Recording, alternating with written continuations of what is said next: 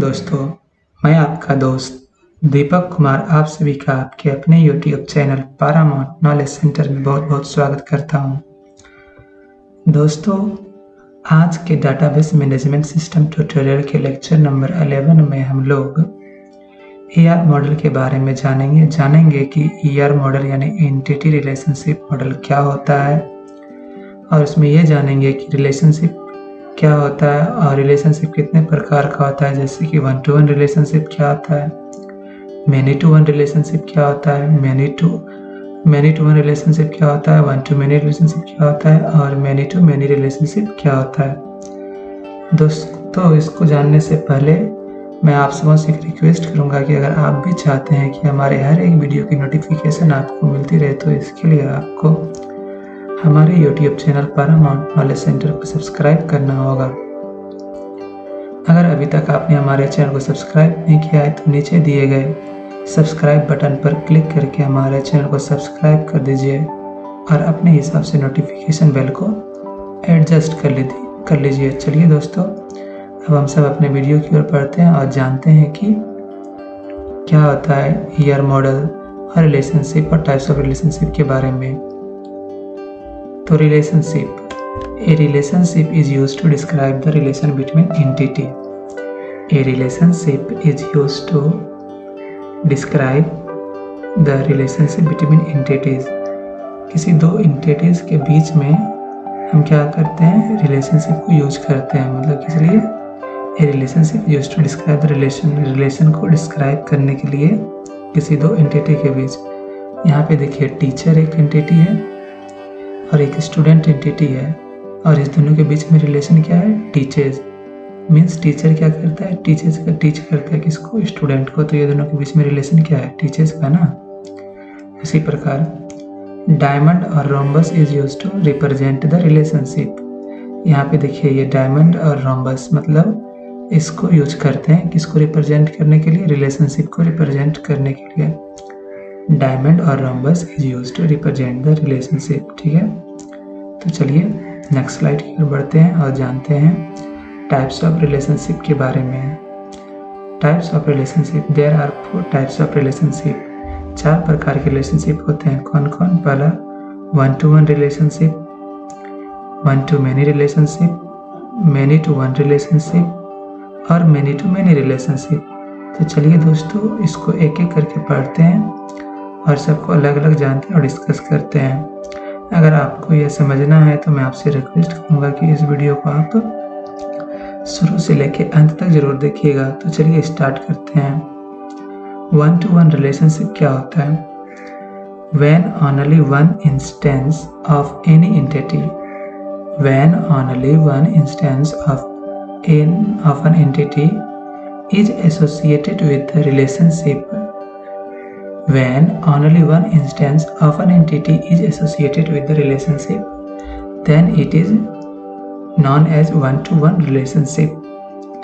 अगर किसी entity का सिर्फ एक इंस्टेंस में कोई एक एट्रीब्यूट किसी से मतलब कि is associated with relationship, किसी रिलेशन में है, तो उसको क्या कहेंगे, 1 to 1 रिलेशनशिप। चलिए इसको मैं आपको इसको फिगर के जरिए समझाता हूँ। जैसे कि ये फिगर देखिए, मीन्स यहाँ पे एक है मतलब एंटिटी है फीमेल क्या कहेगा, means married to 1 male. Means इसको for example, a male can marry to 1 male, एक female can marry to 1 male, a female can marry to 1 male and a male can marry to 1 female.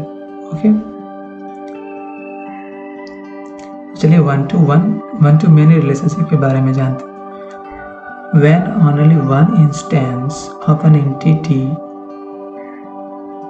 when only one instance of the entity on the left and more than one instance of an entity on the right associates with the relationship, then it is known as 1 to many relationship. Means when only one instance of an entity, किसी entity का एक instance on the left side में जो है, more than 1 instance of the entity on the right, more than 1 instance of an entity on the right, और right side के मोर than one instance से associated हो तो उस रिलेशनशिप को क्या कहेंगे हम, वन टू मेनी रिलेशनशिप।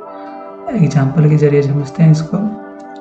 जैसे देखिए ये क्या है, for example scientist can invent many invention. एक साइंटिस्ट, एक वैज्ञानिक बहुत चीज़ को इन्वेंट कर सकता है ना, उसी प्रकार but the invention is done by the only specific scientist. लेकिन इन्वेंशन जो होगा किसी एक साइंटिस्ट के जरिए होगा। तो यहाँ पे क्या है, one instance of an entity is associated with many instance of means another entity, जो कि है राइट साइड में, और लेफ्ट साइड का एक instance means one scientist can invent many thing but invention is done only by the specific scientist. ठीक है, तो चलिए अब थर्ड की ओर बढ़ते हैं और जानते हैं मेनी टू वन रिलेशनशिप के बारे में। When more than one instance of the entity on the left, when more than one instance on the entity on the left and only one instance of an entity on the right, when more than one instance of the entity on the left and only one instance of an entity on the right associated with the relationship, then it is known as a many-to-one relationship. When more than one instance of an entity on the left, अगर left side के more than one instance of an entity is associated with, किससे associated रहेगा, only one